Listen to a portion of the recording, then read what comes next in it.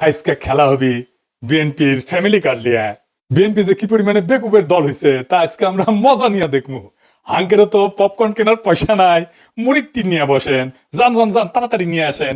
বিএনপিরা bamboo খাইতে দেখলে তো আমার ক্ষুদ্র ভ্রাতার ভগিনীদের কারো কারো ব্যাপক মজা লাগে, তাই তা করে মজা আজকে ডাবল করে দেবো। আসেন আগে দেখে নি ফ্যামিলি কার্ডে কি কি দিবি বিএনপি। তারেক রহমান 2024 সেপ্টেম্বরে বলছিলেন ফ্যামিলি কার্ডের কথা। সেখানে বলছিলেন এই কার্ড যাদের হাতে থাকবে তাদের প্রত্যেককে মাসে মাসে খাবার আইটেম দেওয়া হবে। দেখেন, পরে দেখা গেল হয় টাকা অথবা খাবার দেওয়া হবে, যার যেটা প্রয়োজন। এই প্রসঙ্গে আমরা পরে আসিচ্ছি, এক এক করে আমরা দেখব। তো কি দেওয়া হবে তাহলে? ফ্যামিলি কার্ডের আওতায় প্রত্যেকটা পরিবার মাসে 2000 থেকে 2500 টাকা অথবা সমমূল্যের খাদ্য সহায়তা পাবে। তবে খাদ্য সহায়তা কি পাবে সেটার ব্যাপারে বিএনপির নেতাদের বক্তব্য আছে, আমরা ওইটা দেখব। আমরা ওইটা দেখে খাবারের হিসাবটা করে নেব। এই সহায়তার নগদ অর্থ হিসেবে অথবা নির্দিষ্ট খাদ্যপণ্য যেমন চাল, আটা, ডাল, ভোজ্য তেল এটা হিসাবে দেওয়া হয়ে যেতে পারে। তো আমরা এই যে এটার একটা হিসাব কেজি ধরে করে দিছে এক বিএনপি নেতা, আমরা সেটা দেখেই হিসাব করব। এতে এটা পরিবারের খাদ্য চাহিদার একটা বড় অংশ নিশ্চিত হবে বলে তারা মনে করে আর কি। টাকাটা আসবে কিভাবে? ওইখানে বলা হয়েছে যে বর্তমান রাজস্ব এবং ব্যয়ের কাঠামোর মধ্যে বরাদ্দ এবং ব্যয় ব্যবস্থাপনা দক্ষতা বাড়ায়, দুর্নীতি অপচয় কমানোর মাধ্যমে প্রয়োজনীয় রাজস্ব সাশ্রয় সৃষ্টি করিয়া এটার বরাদ্দ করা হবে। এটা বিএনপির তারেক রহমানের উপদেষ্টারই লেখা, এটা দেখেছেন। তো কাদের দেওয়া হবে এই ফ্যামিলি কার্ড? সবাই পাবে, এটা সার্বজনীন, মানে দেশের সবাই। এমনকি সেটা যদি প্রাইম মিনিস্টারের বউ হয় সেও পাবে। ওই সময় বাংলাদেশ নিলাম করার জন্য আমরা নিয়ে আসছি প্রাইম মিনিস্টার ওয়াইফও যদি মনে করি যে আমি সেটা ইউজ করতে চাই, ইউজ করতে পারবো। মানে কার্ড তো নারীদেরকে দেওয়া হবে, সেজন্য বলছে যে প্রাইম মিনিস্টারের বউ যদি হয় তাহলে সেও পাবে। এই হইতেছে বিএনপির ফ্যামিলি কার্ডের মোটা দাগে প্রকল্প। এটা তাদের প্রধান নির্বাচনী ক্যাম্পেইন, মানে এটা দিয়ে তারা ইলেকশনে উতরায় যাবে বলে আশা করতেছে। আর উতরাইতে পারবে কিনা সেটা আল্লাহ জানে। যাই হোক, ওই যে জামাইকোটা বুদ্ধিজীবী বলেছিল না যে জামাতের কোনো প্ল্যান নাই, আনপ্রিপেয়ার্ড। জামায়াত ইসলামী যদি সরকারে আসে তাহলে অর্থমন্ত্রী কি হবে? আপনি যে কোনো জামায়াত ইসলামীর লোককে জিজ্ঞেস করুন। পাবলিক ভিশন এগুলো নাই। জি, তো আসেন বিএনপির কেমন প্রিপারেশন নিচ্ছে সেটা দেখি। আগের এপিসোডে দেখেছেন তো বিএনপির স্বাস্থ্য নিয়ে যে পরিকল্পনা, সেটা জয় বাংলা করা হয়েছে। একে একে সব পরিকল্পনা জয় বাংলা করে দেওয়া হবে, চিন্তা করেন না। আসেন একে একে শুরু করি। ভালচুন বিএনপির ফ্যামিলি কার্ডের ধাপ্পাবাজি। রাষ্ট্রের কাজ ভিক্ষা দাও না, রাষ্ট্রের কাজ দয়া দেখানো না। রাষ্ট্রের কাজ হইল যারা পড়ে যাইতেছে, পিছা পড়তেছে, যারা সুবিধা বঞ্চিত, যারা দুর্বল, তাদেরকে টেনে ধরা, তাদেরকে বাঁচানো। এটার নামই হইতেছে সামাজিক সুরক্ষা বলয়, ইংরেজিতে কয় সোশ্যাল সেফটি নেট। ফ্যামিলি কার্ডে বলা হয়েছে সব পরিবারকে প্রত্যেক মাসে সমান টাকা দেওয়া হবে। এখানে রাষ্ট্র ভেঙে পড়ে। রাষ্ট্র কোনো তো এটিএম মেশিন না যেখান থেকে টাকা বেরবি। রাষ্ট্র কোনো ডিস্ট্রিবিউশন সেন্টারও না, এটা বিতরণের কাউন্টারও না। রাষ্ট্র হলো মরাল অথরিটি, নৈতিক কর্তৃত্ব। রাষ্ট্রকে সিদ্ধান্ত নিতে হয় কে সবচেয়ে বিপদে, কে আজিব ধসে পড়বে, কে সবচেয়ে দুর্ভাগ্যের মধ্যে আছে, কে পিছায় পড়ছে, কাকে না ধরলে সমাজ ভেঙে যাবে, কাকে না বাঁচাইলে চলবে না। ফ্যামিলি কার্ড বলে এই বিচার আমি করব না, সবাইকে সমান দিতে হবে সমাজতন্ত্র। এইটা হইতেছে পলিসি ফেলিয়ার, মরাল কোলাপস, নৈতিক পতন। এই যে সামাজিক সুরক্ষা বলয় বা সোশ্যাল সেফটি নেট, এটার মানেটা আসলে কি? এটার মানে হইতেছে যে নির্দিষ্ট গোষ্ঠীর জন্য সহায়তা। এটা হইতেছে সবচেয়ে যার বেশি প্রয়োজন সে পাবে সাহায্য। এটাকে বলে ভালনারেবল ফোকাসড পলিসি। তো ভালনারেবল কারা? যারা দরিদ্র, কর্মহীন, অসুস্থ, বয়স্ক, দুর্যোগে ক্ষতিগ্রস্ত অথবা পঙ্গু হয়েছে, আহত হয়েছে, তারা। এদের ঝুঁকি কি এক? না। তাহলে সাহায্য কেন এক? তাহলে ফ্যামিলি কার্ড কি করে? এইটা অসাম্যকে, বৈষম্যকে ঢাইকা দেয়। এটা রাষ্ট্র দায়িত্বকে হালকা করে দেয়। সবাইকে সমান দিলে তো শক্তরা টিকে যাবে, দুর্বলেরা চুপচাপ পড়ে যাবে। এটা হইতেছে প্রশাসনিক কাপুরুষতা। কারণ প্রশাসন বা রাষ্ট্র বা সরকার এইটা দায়িত্ব নিতে চায় না, নৈতিক কর্তৃত্বের দায়িত্ব নিতে চায় না। যে সবচেয়ে দুর্বল তাকে চিহ্নিত করে তাকে সাহায্য করতে চায় না। ধরেন দুইজন মানুষ, একজনের পা ভাঙা আর একজন দৌড়ায়। রাষ্ট্র যদি দুইজনকে সমান জুতা দেয়, এটা কি সাম্য হইল? এটা তো বৈষম্য, এটা তো জাস্টিস না, এটা তো ন্যায় বিচার না, এটা ইনসাফ না। এই যে তিনজন দেখেন, এই ছবিটা দেখেন, বিখ্যাত ছবি, আপনারা দেখছেন, তিনজন খেলা দেখিচ্ছে, তাই না? তিনজনের পায়ের নিচে একই সমানের বাক্স দিলে তৃতীয় জন খেলা দেখতে পারবে না। প্রথম জনের পায়ের নিচে তো বাক্সের দরকার ছিল না, ছিল কি? ও তো এমনি দেখতে পাচ্ছে। আর তৃতীয় জনের পায়ের নিচে, মানে বাচ্চাটার পায়ের নিচে দুইটা বাক্স দরকার ছিল, এটাই জাস্টিস। দ্বিতীয় জনের পায়ের নিচে একটা বাক্স, এটাই জাস্টিস। এটাই রাষ্ট্র করে। ফ্যামিলি কার্ড ঠিক এই অন্যায়টাই করে, তিনজনের পায়ের নিচে সমান বাক্স দিছে। তাইলে এই ফ্যামিলি কার্ড চালু হইলে যারা সবচেয়ে দুর্দশাগ্রস্ত, যাদের সবচেয়ে জরুরি প্রয়োজন, সেই মানুষ অদৃশ্য হয়ে যাবে। তারা কাগজে থাকবে, বাজেটে থাকবে, কিন্তু বাস্তবে থাকবে না। টাকা সবার মধ্যে সমানভাবে ছড়ায় পড়বে। তাহলে টাকার প্রভাব শূন্য হয়ে যাবে। টাকা তাহলে কাকে সাহায্য করতেছে? এই যে পুঁজিবাদী সমাজের তো সমস্যা হচ্ছে যে টাকা মাঝে মাঝে কিছু সেন্টারে জমা হয়ে যায়, কনসেন্ট্রেটেড হয়, কেন্দ্রীভূত হয়ে যায় কিছু মানুষের হাতে। সেটা জনকে রিডিস্ট্রিবিউট করতে, পুনর্বন্টন করতে হয়, রিডিস্ট্রিবিউট করতে হয়। দেখছেন না, ইসলামে জাকাতের ব্যবস্থা আছে, প্রত্যেক বছর এটা বন্টিত হয়। যার কাছে বেশি টাকা তাকে দরিদ্র মানুষের মধ্যে বিলাই দিতে হবে। রাষ্ট্রের কাজ সবাইকে খুশি করা না, রাষ্ট্রের কাজ সবচেয়ে দুর্বলদেরকে বাঁচানো। যে সবাইকে সমান করে দেয় সে আসলে ঘোষণা করে আমি দুর্বলদের দায়িত্ব নিতে চাই না। সেই জন্যই বিএনপির ফ্যামিলি কার্ড এইটা দুর্বলদের বাঁচাবে না, দুর্বলদের দায়িত্ব নিতে চাইতেছে না সে, এটা মানবিক না, এটা রাষ্ট্রের দায়িত্ব থেকে পরিকল্পিত পলায়ন। এবার আসেন আমরা আরেকটা জিনিস দেখি, বিএনপি বলতেছে যে বাসার কর্ত্রী বা head of the house hold নারী, তাকে দেওয়া হবে। Head of the house hold বলতে কি বুঝাইতেছে? মানে পরিবারের গৃহকর্ত্রী আর কি, এই নারীর নামে ইংরেজিতে লিখছে woman head of house hold. এটা প্রথম সমস্যা হইতেছে পরিবারের সংজ্ঞা কি, কে এটা সংজ্ঞায়িত করবে? আমাদের সমাজে যৌথ পরিবার আছে এবং ছোট পরিবার আছে, যেটাকে নিউক্লিয়ার পরিবার বলা হয়, একই সাথে চলে। যে নারী, সে নারী তো কারো মা, সে একই সাথে কারো মেয়ে, কারো স্ত্রী, কারো শাশুড়ি, কারো পুত্রবধূ, কারো বোন। তাকে কোন পরিবারের অন্তর্ভুক্ত করা হবে? পরিবারের কোনো সংজ্ঞা বানানো তো সম্ভব না। এটা একটা ইমোশনাল অ্যাটাচমেন্ট। একটা পরিবারে কে কে থাকবে, কোন কোন সম্পর্ক থাকবে, কতদূর রক্ত সম্পর্ক পর্যন্ত পরিবারের ভিতরে থাকবে, তো এসব তো রাষ্ট্র বা সরকারি আমরা এটা সংজ্ঞায়িত করে দিতে পারে না, বলে দিতে পারে না, ডিক্টেট করে দিতে পারে না। এক এক পরিবার এক এক রকম হবে। দেখবেন কোন পরিবারে শাশুড়ি আছে, কোন পরিবারে মা আছে, কোন পরিবারে ভাই আছে, কোন পরিবারে বোন আছে। এই একটা ইস্যুতে তো ব্যাপক কারচুপি, দুর্নীতি হবে। একটা পরিবারের সব মেয়ে প্রত্যেকের নিজের নামে কার্ড বানাবে, এটা হবে। আমি কবাই দিতেছি, লিখে দিতে পারেন। বাংলাদেশে বিয়ের পর অনেকে বাপের বাড়ি বা শ্বশুর বাড়িতে থাকে, তাদেরকে কি আলাদা আলাদা পরিবার গণ্য করা হবে নাকি একটা পরিবার গণ্য করা হবে? একটা পরিবারে এইভাবে অনেকগুলো কার্ড বানায়, সবগুলো থেকে টাকা রেশন নিজেদের অ্যাকাউন্টে পড়বে। যদি সবাইকে দেওয়া হয়, তাই তো দিতে চায় তারা সবাইকে। এবার একটা ইন্টারেস্টিং জিনিস দেখি, এই যে বলছি যারা ভালনারেবল, যাদের সবচেয়ে বেশি সাহায্য দরকার, তাদের কিন্তু অন্য সহায়তা দেওয়া হয়। সেটা কি বন্ধ করে দেওয়া হবে? বিএনপি কি সেটা বন্ধ করে দিবে? আসেন সেটা বুঝে দেখি। আমাদের সামাজিক সুরক্ষা কার্যক্রম কি কি আছে? আপনার নাম শুনেছেন অনেক, বয়স্ক ভাতা, বিধবা ভাতা, প্রতিবন্ধী ভাতা, তাই না? এমনকি হিজড়া জনগোষ্ঠীর জীবন মান উন্নয়ন ভাতা আছে। আমাদের একটা বিশাল খাদ্য ভিত্তিক সুরক্ষা কর্মসূচি আছে, এটা সে পাশে লিখে দেন। এর মধ্যে আছে ভিজিটি কার্ড, আপনারা শুনছেন, এর নাম হচ্ছে ভালনারেবল গ্রুপ ডেভেলপমেন্ট। তারপরে আছে VGF card, vulnerable group feeding. তারপরে জিআর আছে, এটি দুর্যোগকালীন ত্রাণ। তারপর ওএমএস আছে, ওপেন মার্কেট সেল, খোলা বাজারে খাদ্য বিক্রি। তারপরে টিসিবির কার্ড আছে, দেখছেন না? এটার মাধ্যমে ভর্তুকি দেওয়া হয়েছে, যে সমস্ত পণ্য সেটা দেওয়া হয়। আবার এটা কাজের বিনিময়ে খাদ্য কর্মসূচি আছে না, ফুড ফরওয়ার্ড, কাজের বিনিময়ে খাদ্য, কাজের বিনিময়ে অর্থ, যেটা সেটাকে বলা হয় টেস্ট রিলিফ। তারপরে একটা ইজিপিপি বলে আছে, মানে যেটা কর্মসংস্থান সৃষ্টি করবে, এরকম প্রোগ্রাম। অতি দরিদ্রদের জন্য কর্মসংস্থান কর্মসূচি। তারপরে নারী এবং শিশু মাতৃস্বাস্থ্য সুরক্ষা আছে, মাতৃত্বকালীন ভাতা আছে একটা, যারা বাচ্চাদেরকে দুধ দেয় তাদেরকে মাতৃত্বকালীন একটা ভাতা আছে, মা এবং শিশু সহায়তা কর্মসূচি। তারপরে প্রাথমিক বিদ্যালয়ে মিড ডে মিল আছে, মানে স্কুলের মধ্যে খাবার দেওয়া হয় বাচ্চাদেরকে। শিক্ষাভিত্তিক সুরক্ষা আছে, মানে প্রাথমিক এবং মাধ্যমিক স্তরে উপবৃত্তি আছে, মাদ্রাসা শিক্ষাদের উপবৃত্তি আছে, এবং বিশেষ এবং প্রান্তিক জনগোষ্ঠীর জন্য কর্মসূচি আছে। খুব চমৎকার চমৎকার কর্মসূচি আছে। যেমন ধরেন চা বাগান শ্রমিকদের সহায়তা কর্মসূচি আছে। চা বাগান শ্রমিকরা কিন্তু খুবই দরিদ্র, অতি দরিদ্র, তাদের যে জীবনের যে কি কষ্ট আপনারা চিন্তাও করতে পারবেন না। আমি একটা ক্লিপ দেখাবো আজকে। তারপর ধরেন বেদেদের জন্য, জেলেদের জন্য, হাওড় এবং চর অঞ্চলের জনগোষ্ঠীর জন্য আলাদা আলাদা ভাতা আছে, ক্ষুদ্র গোষ্ঠীর জন্য উন্নয়ন কর্মসূচি আছে। তারপর ধরেন বন্যা হইলো, সেখানে দুর্যোগ, জলবায়ু ঝুঁকি ব্যবস্থাপনা, এইটার জন্য আবার আলাদা সহায়তা আছে। খরার জন্য সহায়তা আছে। ওই যে হাসিনা বাসা টাসা বানাই দিছিল না, ওইটা একটা বাসস্থান পুনর্বাসন কর্মসূচি আছে। বিএনপি বলতে চাই যে এই যে ফ্যামিলি কার্ডের বার্ষিক ব্যয়, এইটা হবে 12,000 কোটি টাকা। তো এই আমি যতগুলো সামাজিক সুরক্ষার কর্মসূচি বললাম, এই বাজেটের 10%-এর মতো, 10.28 ওরা বলছে। মানে হাসিনা আমলে যেটা দেওয়া হইতো তার 10 ভাগের 1 ভাগ। কিন্তু সামাজিক সুরক্ষা কর্মসূচিগুলোর মধ্যে ওরা বলতেছে যে এটা ওভারল্যাপ আছে, মানে একই সুবিধা একাধিকবার পেয়ে যায় একজন। সেটা কমায় বিএনপি 9,500 কোটি টাকা সাশ্রয় করবে নাকি এর মধ্যে থেকে, এবং সেই অর্থটা ফ্যামিলি কার্ড স্কিমে দেবে। বুঝছেন? এই 12,000 টাকার মধ্যে 9,500 টাকা এক্সিস্টিং যে সামাজিক সুরক্ষা আছে ওইখান থেকে বের করে কেটে নিয়ে ফ্যামিলি কার্ডে ঢুকাবে। মানে একটু বুঝাই দিই, এই যে দেখেন চা বাগান শ্রমিক, সে একটা বিশেষ সুবিধা পায়। আগে একটু দেখায়নি, চাতে তো মজা করে খায়, চা বাগান শ্রমিকের জীবনটা কেমন, কষ্টটা কেমন দেখেন। এটা গ্রিন টি, এটা গ্রিন টি। এই পাতা আমাদের মজা হতো। হ্যাঁ, এটা পাতাতে শুয়ে তুলবে না, আমার ভাই 8 ঘন্টা কাজ করে 178 টাকা পায়। 8 ঘন্টা কাজ করার পরে 23 কেজি তোলার পরে 178 টাকা পায়। জি, আর 23 কেজি কম হলে 1 কেজি প্রতি 60 টাকা মাইনাস। মানে 23 কেজি কম হলে 60 টাকা হয়। জি, এইভাবে আপনাদের জীবন চলতেছে। কষ্ট হয় স্যার, ভালো মন্দ মন চায়। এই যে ম্যাডাম সাহেব একটা কথা বলি, হ্যাঁ। কিছু মনে নিবেন না। ম্যাডাম সাহেব যে 100 টাকা দিচ্ছেন না, আজকে 25 ডিসেম্বর না, আমার মা বলতেছিল একাধিক কোনা নিব, বিস্কুট আর একটা লো বিস্কুট। মন চায়, মাছ মাংস আমাদের মন চায়। দেখেছেন, মনটা খারাপ হয়ে গেল না?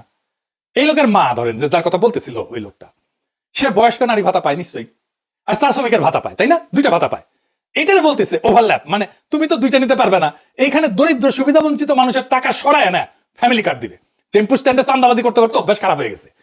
গরিব মানুষের টাকা সরায় নিজের ভোটে যেতে রাজনৈতিক কর্মসূচি, আর্থিক ব্যাস মেটাবে। সি সি সি সি রেনুনি সি। আচ্ছা, আরেকটা জিনিস দেখাই, তারা বলতেছে যে ক্যাশ টাকা বা খাদ্য সহায়তা দেওয়া হবে। মানে কাউকে ক্যাশ টাকা, কাউকে খাদ্য সহায়তা দেবে। কে ঠিক করবে কাকে ক্যাশ দেবে আর কাকে খাদ্য সহায়তা দেওয়া হবে? এবার আসেন দেখি খাদ্য সহায়তা দেওয়াটা আদৌ সম্ভব হবে কিনা। বিএনপি নেতারা বলতেছে ফ্যামিলি কার্ডের মাধ্যমে সবাইকে প্রত্যেক মাসে 25 কেজি চাল, 5 কেজি আলু, 2 কেজি ডাল, 2 লিটার তেল, 1 কেজি লবণ ফ্রিতে দেবে বিএনপি। বেনে বেনে করছি না, বিএনপি নেতারাই করছে, শোনেন। আমরা প্রত্যেকটা পরিবারের নারী সদস্য নামে একটা করে ফ্যামিলি কার্ড প্রদান করব। ওই ফ্যামিলি কার্ডের মাধ্যমে আপনি 25 কেজি চাল প্রতি মাসে, 5 কেজি আলু, 2 কেজি ডাল, 2 লিটার তেল, 1 কেজি লবণ আপনি ক্রয় করতে পারবেন সম্পূর্ণ বিনামূল্যে। শুধু কার্ডটা আপনার হাতে থাকলেই আপনি পারবেন। আঙ্গারে কাঁঠালরা নেই 2009 সালে সবাইকে 10 টাকা কেজি ধরে চাল খাওয়ানোর লোভ দেখায় ক্ষমতায় এসেছিল। হ্যাঁ, খাওয়ানোর লোভ দেখায় ক্ষমতায় আসাটা বাংলাদেশের বড় দলগুলো খাইসলত হয়ে গেছে। বাংলার মার্টিন লুথার কিং কাঁঠালরা নিচ্ছে এক ধাপ আগে সবাইকে ফ্রি চাল খাওয়ানোর প্রতিশ্রুতি দিচ্ছে। খালি ফ্রি চাল না, সাথে ফ্রি আলু, ডাল, লবণ, তেলও থাকতি। দেশের সরকারি হিসাবে ধরে নিলাম আনুমানিক 4 কোটি পরিবার আছে। যদিও ফ্যামিলি কার্ড হইলে কারচুপির মাধ্যমে সংখ্যা বহুগুণ বৃদ্ধি হবে। দেখবেন এই 4 কোটি পরিবারকে প্রত্যেক মাসে বাংলার মার্টিন লুথারের প্রতিশ্রুতি অনুযায়ী 25 কেজি চাল, 5 কেজি আলু, 2 কেজি ডাল, 2 লিটার তেল, 1 কেজি লবণ যদি ফ্রিতে দেওয়া হয় তাহলে 35 কেজি খাদ্যদ্রব্য, 35 কেজি সব মিলে সরকারকে 4 কোটি পরিবারের প্রত্যেককে মাসে 35 কেজি খাদ্যদ্রব্য প্রত্যেক গ্রামে ফ্রিতে সরবরাহ করা, এটার যে ক্যাপাসিটি, লজিস্টিক্যাল ক্যাপাসিটি, সেটা তৈরি করতে হবে। গুদাম লাগবে, ট্রান্সপোর্ট লাগবে। এটা কত বড় সংখ্যা, এটা বাংলার মার্টিন লুথার কিং অঙ্ক করে দেখছে কিনা আমি জানি না। যদিও তিনি নিজের ভাষাতে এক বক্তৃতায় বলছে তিনি অঙ্কে নাকি কাঁচা। তুমি যে বললে তোমার অঙ্ক করতে ভালো লাগে না, তোমাকে একটা সিক্রেট কথা বলি, অঙ্ক কিন্তু আমারও খুব ভালো লাগতো না, অঙ্ক দেখলে আমিও ভয় পেতাম। এই 35 কেজি কে যদি 4 কোটি দিয়ে গুণ দিই তাহলে 140 কোটি কেজি, 14 লক্ষ টন। সরকারকে বছরে 14 সাথে 12 গুণ করেন, এত লক্ষ টন বা অতিরিক্ত 2.25 কোটি টনের মতো নতুন খাদ্য গুদাম বানানো লাগবে। বর্তমানে সারা দেশে সরকারি খাদ্য গুদাম আছে 20 থেকে 25 লাখ টনের মতো, এটা করতে পারে। তাহলে এটা তুগলকি কারবার হয়ে যাবে না? দিল্লির একটা সুলতান ছিল মোহাম্মদ বিন তুগলক, আমরা বলি না তুগলকি কাণ্ড করছে, সবাই ওরে ম্যাড সুলতান বা পাগলা সুলতান বলে রাখতো। সেরকম উদ্ভট সব প্রজেক্ট করে সালতানাতকে দেউলিয়া বানায় ফেলছিল। বাংলার মার্টিন লুথার একই পথে হাঁটা শুরু করেছে। দেশে বর্তমানে যে সমস্ত সরকারি খাদ্য গুদাম আছে সেখানে ব্যাপক দুর্নীতি হয়। কৃষক সরকারি আমলা কর্মচারীকে ঘুষ না দিলে সেখানে নিজের ফসল বেচতেই পারে না, পারে গুদাম থেকে খাদ্যশস্য লোপাট হয়ে যায়। সরকারি কর্মকর্তা কর্মচারীরা গুদামের খাবার ব্ল্যাক মার্কেটে চুরি করে বেচে দেয়। ফ্যামিলি কার্ডের মাধ্যমে এই প্রক্রিয়া আরো ব্যাপক এবং ভয়াবহ রূপ ধারণ করবে। মানুষজনে ভেনেজুয়েলার মতো প্রত্যেক জেলায় জেলায় লম্বা লাইন ধরে দাঁড়াবে খাদ্য গুদামের সামনে রেশনের জন্য। সোভিয়েত রাশিয়া এরকম লাইন ধরে ধরে রেশন দেওয়া হইতো, জানেন না? সোভিয়েত আমলে, সমাজতান্ত্রিক আমলে, কমিউনিস্ট আমলে, জানেন না, লাইন ধরে ধরে দেওয়া হইতো। তো ওইখানে লাইন দেখলে পাবলিক দেড়ে যেত আর কি, ইনকা হবে এইখানে। সরকারি আমলা যেখানে বসে বসে এক এক করে সবাইকে অল্প অল্প করে খাবার বিতরণ করবে, আর লম্বা লাইনে লাইন আর শেষ হবে না। সরকারি আমলারা এসব করতে গিয়ে দুর্নীতি আর ভজঘট লাগায় খাবার শর্ট করে ফেলবে সবার জন্য। আর এই খাবার বিতরণের লোকজন কোথায়, লোকবল কোথায়, কে বিতরণ করবে? এর কোনো হিসাব আছে? গুদামে খাদ্যদ্রব্য রেখে পচায় ফেলবে সরকারি কর্মচারীরা, পচা মাল মানুষজনকে খাওয়াবে, ভালো মাল সরকারি কর্মকর্তা কর্মচারীরা ব্ল্যাক মার্কেটে বেচে দেবে, নিজেরা খাবে আর মাল পানি কামাবে। এটা নিয়ে দেশে ভয়াবহ রাইট লাগবে, দাঙ্গা লাগবে ভবিষ্যতে। বাঙ্গুদের বিয়ে বাড়িতে মাংসের পিস কম পড়লে মারামারি শুরু হয়ে যায়। আর আমাদের বাংলার মার্টিন লুথার কিং সারা দেশে সবাইকে মাসে মাসে ফ্রি খাওয়ানোর প্রতিশ্রুতি দেয়। বাজারে কোনো কিছু কিনতে হলে টাকা লাগে, টাকা হচ্ছে কোনো বস্তু বা সেবার প্রতি কারো একটা ক্লেম, তাই না? টাকা নকল করে ছাপানো অসম্ভব না হলেও অনেক কঠিন কাজ, তাই না? কিন্তু এই যে ফ্যামিলি কার্ড বা রেশন কার্ড বা কুপন, এটা 2 নম্বর করে ছাপানো একদম সহজ কাজ, 1-2 এর ব্যাপার, এটা যে কেউ পারবে। এই জন্য এইসব ক্ষেত্রে ভয়াবহ জালিয়াতি হবে। ভারতের রেশন সিস্টেম আছে এবং সেটা মারাত্মক একটা অদক্ষ এবং দুর্নীতি প্রবণ একটা ব্যবস্থা। ভারতে কোটি কোটি কোটি ভুয়া রেশন কার্ড আছে, এই জন্য অর্থনীতির জন্য একটা মারাত্মক বোঝা। দেখেন সরকার কৃষককে ভর্তুকি দিয়ে সার বিতরণ করে না? আমরা কৃষক কার্ড নিয়েও আসিচ্ছি, দাঁড়ান।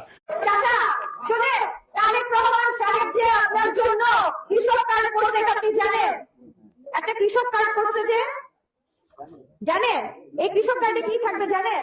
এই যে দেখেন এরকম একটা কৃষক কার্ড দিবে, যেখানে মেয়াদ দেওয়া থাকবে, কার্ড নাম্বার থাকবে, ঠিক আছে, নাম থাকবে, পাশে আপনারা ছবি থাকবে।